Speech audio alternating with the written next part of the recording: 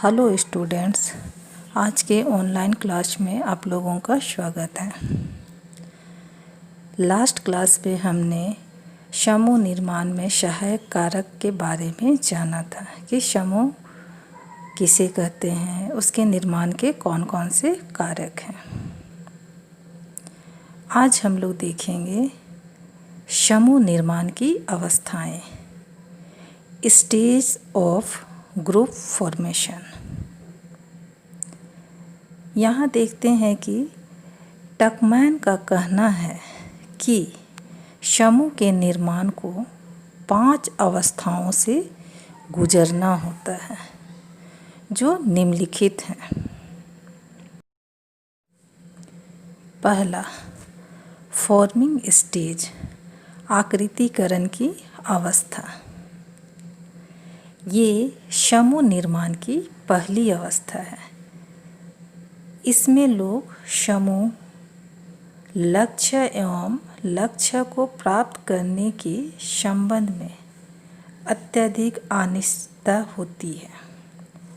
लोग एक दूसरे को जानने का प्रयास करते हैं तथा वह मूल्यांकन भी करते हैं कि क्या वे समूह के लिए सही रहेंगे तथा वे एक दूसरे के साथ मिलते जुलते हैं और अपनी लक्ष्य की प्राप्ति के लिए समूह का निर्माण करते हैं। दूसरा, स्टॉर्मिंग स्टेज, विप्लवन की अवस्था। इसे झंझावात की अवस्था भी कहते हैं।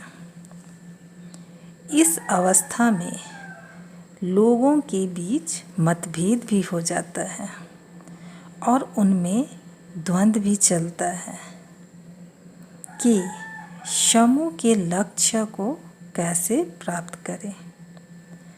उनके बीच में यह भी होता है कि कौन समूह एवं उसके संसाधनों को नियंत्रित करने वाले हैं और कौन क्या कार्य का निष्पादन करने वाला है तथा समूह के लक्ष्य प्राप्त करने में कोई बाधा उत्पन्न नहीं हो। इस संबंध में विचार विमर्श भी होता रहता है। इसे ही विप्लवन की अवस्था कहते हैं। तीसरा, स्टेज ऑफ फॉर्मेशन नॉर्म्स, प्रतिमान या मानक निर्माण की अवस्था।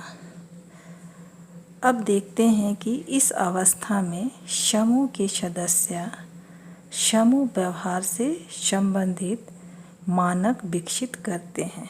कहने का अर्थ है कि समूह से संबंधित जितने भी कार्य हैं, प्रत्येक सदस्य अपना अपना कार्यभार करते हैं तथा ये उनको दिशा निर्देश देते हैं। चौथा, परफॉर्मिंग, निष्पादन।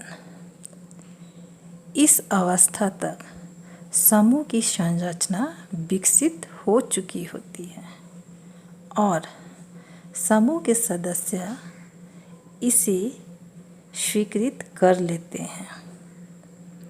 समूह लक्ष्य को प्राप्त करने की दिशा में समूह अग्रसर भी होता है।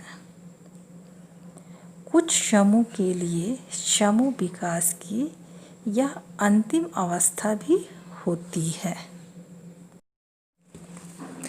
पांचवा, स्टेज ऑफ क्लोजिंग, समापन की अवस्था।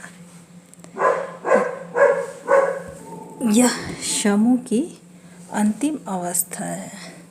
जब समूह का कार्य पूरा हो जाता है तो समूह को भंग यानी समाप्त कर दिया जाता है। जैसे कहीं पर या स्कूल या कॉलेज में कोई समारोह होती है तो वहाँ के सदस्य उस समारोह के लिए कुछ तैयारियाँ करती हैं परंतु जब समारोह समाप्त हो जाती है तो जिस स्थान पर किया जाता है उसका क्षमापन कर देते हैं। इसे ही क्षमापन की अवस्था कहते हैं। Thank you.